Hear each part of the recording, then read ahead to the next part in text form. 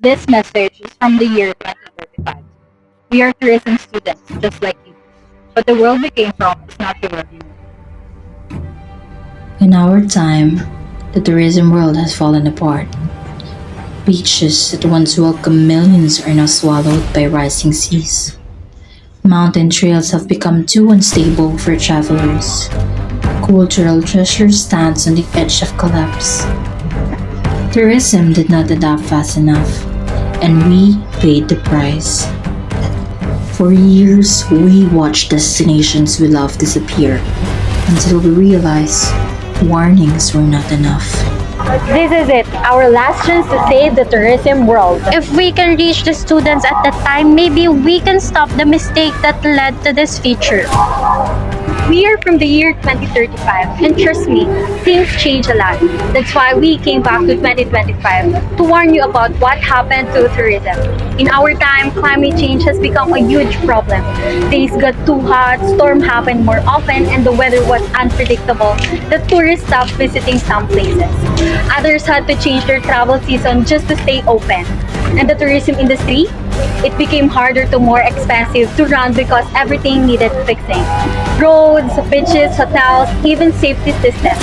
All the future effects you study today, yes, they already hit us.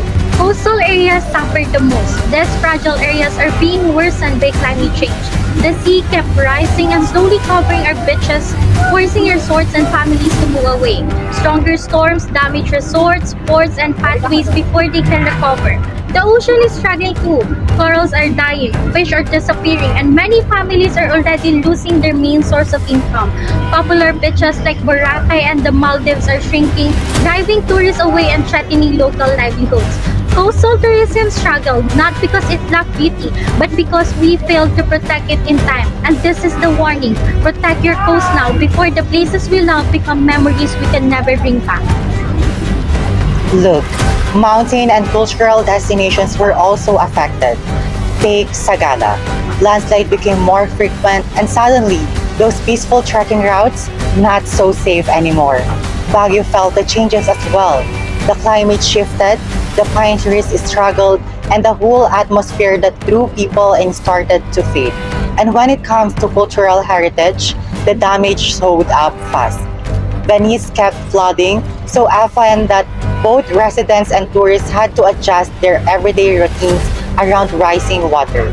Some heritage sites even had to invest in costly protective structures just to stay open to the public. So yeah, it changed how people traveled and even the identity of the destinations themselves. Hey, here's the thing. Tourism didn't act fast enough. Many resorts and hotels kept using fossil fuels, ignoring renewable energy options that were already available. Waste piled up in beaches, rivers, and towns, and no one really thought about how it hurt local communities. Mass tourism kept pushing natural resources. Water, coral reefs, forests beyond their limits.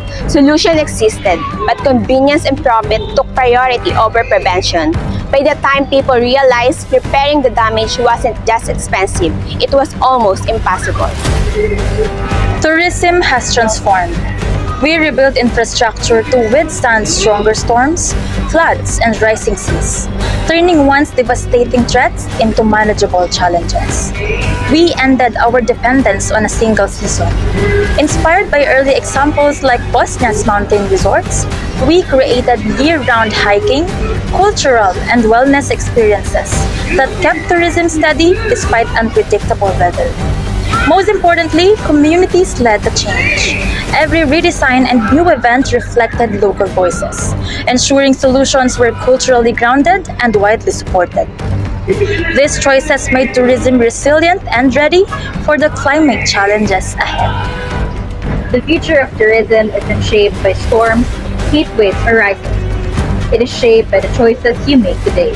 Everything about unpredictable weather, sinking coastlines, dying reefs, and everything we witness in mountains, cultures, and communities trying to grow. All of it happens because actions came too late. But the truth is, you're still in this part of the story where change is possible. Choose cleaner solutions. Protect your beaches and mountains. Support tourism that cares for the environment and the people of it. Don't wait for the damage before you start acting. Your decisions shape the future of tourism, and the world you create is the world we inherit. So make it a future worth living. That is why we traveled back. To the year 2025. To show you what tourism lost, To warn you about what must be done. before your world becomes our reality. Before your future becomes our present.